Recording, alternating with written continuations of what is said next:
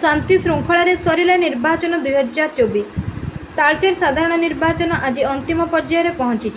Congress, BJP, BJD, Bahujan Samajwadi party, SCUI, communist, API, Forward Bloc समेत 3 जन स्वाधीन प्रार्थी मानक सहित ढेंकानाल लोकसभा प्रार्थी कांग्रेस, बीजेपी, बीजेडी और अन्य दल पक्षर 7 जन प्रार्थी भाग्य ईवीएम रे सील होईछि।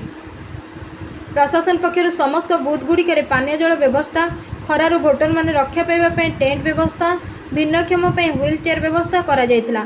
बूथगुड़िक सकाळ 6टारू भोटर माने शांति श्रृंखलार सह भोट देइतिले मध्य किछि बूथ रे सामान्य बचसा होइतिबा जणा पड़िछि और शहर ठारू आरंभ करी ग्रामांचल पर्यंत प्रत्येक बूथगुड़िक भोटरक लंबा लाइन देखा मिलता और वयस्का पुरुष महिला माने उत्साहर सहित मतदान में सामिल होता बेले सेही बेले ईवीएम यांत्रिक त्रुटि जोगु किछि बूथ रे भोटर मानक अपेक्षा करने को पड़ता बोली कहुछि।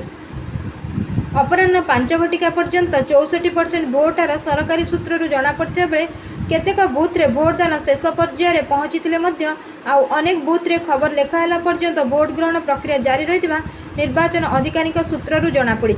तेबे शेष पर्यंत यह भोट हार 70% रु ऊर्ध्व होब बोली आकलन करा जाउछि।